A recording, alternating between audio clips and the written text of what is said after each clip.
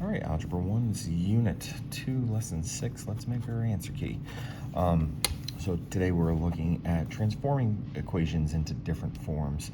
So in one of the classes we had a chance to kind of look at this and say, how could we transform this into, it's like y equals form. This would have its slope and its y-intercept. This is standard form. We have x and a y on the same side. And so, we ask ourselves, what's the variable we're trying to solve for? In this case, it's y. And so we would want to get that by itself by subtracting 3x from both sides, but you can't take away 3x from 12. So we just write it as, 12 minus 3x. Then we're also going to have to divide by 4. Now, today was a day where I did want you to take that 4 and divide it into both parts to simplify it. 12 divided by 4 is 3, and 3 divided by 4 is 3/4. That's acceptable to do that. You could have also had negative 0.75x. That's also acceptable. All right, so let's see. Altogether, I was asking you to do numbers 1 through 6. We also had the concept of x and y intercepts. And to find those intercepts, where does the line cross the x-axis? Well, the y value would be 0. It would be bottomed out, and it'd be like, hey, what's the maximum number of these x things or the maximum number of these y things when there's none of the other? So we've got those zeros in there. These are called finding the zeros when we are finding the x and y intercepts. That's kind of like Algebra 2 talk.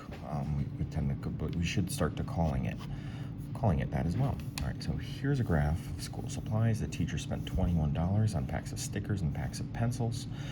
Stickers cost $1.50 a pack, and pencils cost $3.50 a pack. Oh my gosh, I'm tired. Show or explain how you know that this graph represents this situation. Well, okay, so let's see. Use the points that are here. 6 times the price for pencils, $3.50. That had better be $21. 6 times $3.50. Let's see, we get $21. So that point works. Let's do 7. So 7 and 3. So this would be 7 times $1.50 per pack of stickers, and 3 times $3.50, and then we'd add those together. So, okay, 7 times $1.50 is $10.50. I'm going to remember that in my head. 3 times $3.50 is $10.50, and if we add that to itself, if we multiply that by 2, double that, because we're adding $10.50 and $10.50, we get 21. That works. And then 14 times $1.50, that's $21. Every single one of these, that's the way that I'm choosing to show and explain how the graph does represent that.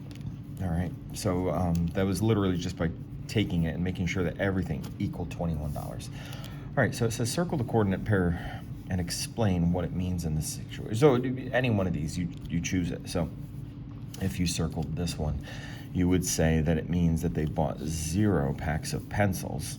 So 0 pencils. And they bought, no, 6 is up here.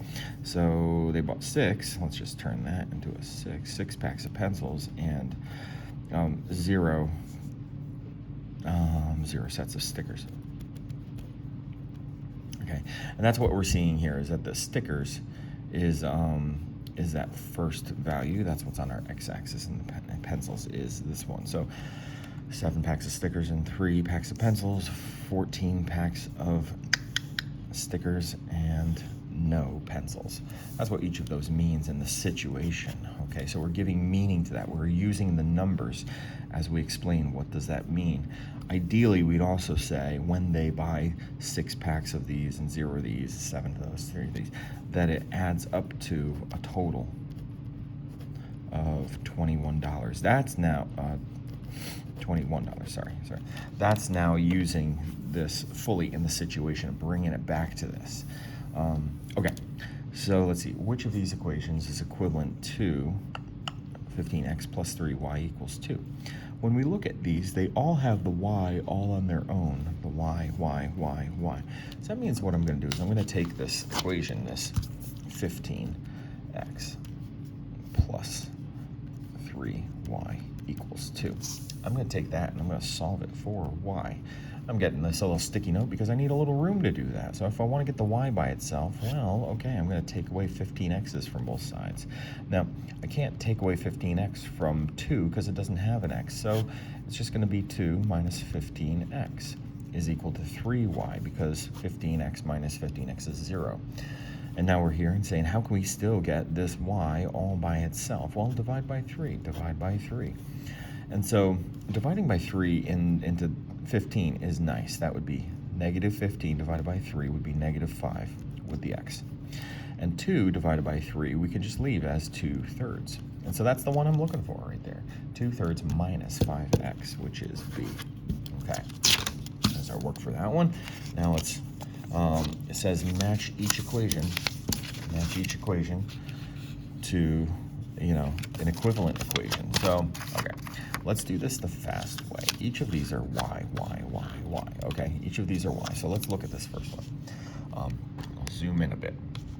If we want to get that y by itself, then I know I'm going to be taking the 20, and I'm going to be subtracting 4x. The next thing I'm going to do is be dividing by 6 to get the y all by itself. Okay, and then, okay, let's do that same process with B and C and D. Okay, we'll do that, and then so this one's our A and our B and our C and our D. I'm doing this so that we can kind of, I want you to see the repetition in this. We want to get the y by itself, so that minus stays with this y. So we're going to take 16 and we'll be subtracting 3x from it. 16 minus 3x. And then we'll be dividing that by a negative 6 to get the y. Now there's a little more to simplify that, but let's move on. C, to get the y by itself, again, that negative stays with this. So this is a positive 2x. We will be subtracting that from 10. So we'll have 10 minus 2x, and that gets divided by a negative 3. Y equals, and the last one. Let's see, we're sticking to the table. All right, and the last one. We want to get the y by itself. That now is a negative 3x, so we're going to add 3x to each side. So we'll have 16 plus 3x divided by a 6 equals y. Okay, now we've got all that. I'm just going to zoom out a bit so we can see all of our answer choices here. Spread these out a little bit. Okay, we got a lot going on here on my table, but that's okay. None of these look like these, but there are some hints here. So I'm looking at this one right here. You see how both numbers are a 3, and it's a 10 and a 2? That matches with this one.